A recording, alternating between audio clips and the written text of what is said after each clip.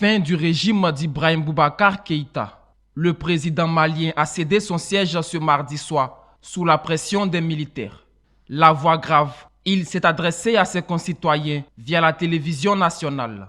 Je voudrais, à ce moment précis, tout en remerciant le peuple malien, vous dire ma décision de quitter mes fonctions, toutes mes fonctions à partir de ce moment.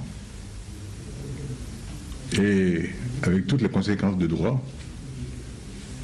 la dissolution de l'Assemblée nationale et celle du gouvernement. Cette annonce intervient quelques heures après l'arrestation du chef de l'État et son premier ministre Boubou Cissé à l'issue d'une journée mouvementée. Les deux dirigeants ont été conduits par des mutins dans des véhicules blindés à la base militaire de Kati, en banlieue de Bamako, la capitale. Peu après la démission du président, l'armée malienne s'est également exprimée. Elle prévoit une politique de transition civile et des élections dans un délai raisonnable.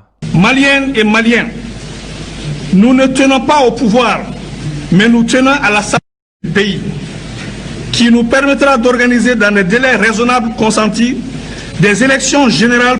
À l'international, les Nations Unies, l'Union africaine et la CEDEAO condamnent fermement ce coup de force. Ce départ du président malien, après 7 ans passés à la tête du pays, intervient suite à une crise déclenchée en juin avec l'éclosion d'une contestation lancée par une coalition composée de chefs religieux, d'hommes politiques et de membres de la société civile. Ce coup de force n'est pas le premier dans ce pays. 8 ans plus tôt, une mutinerie avait renversé l'ex-président Amadou Toumani Touré.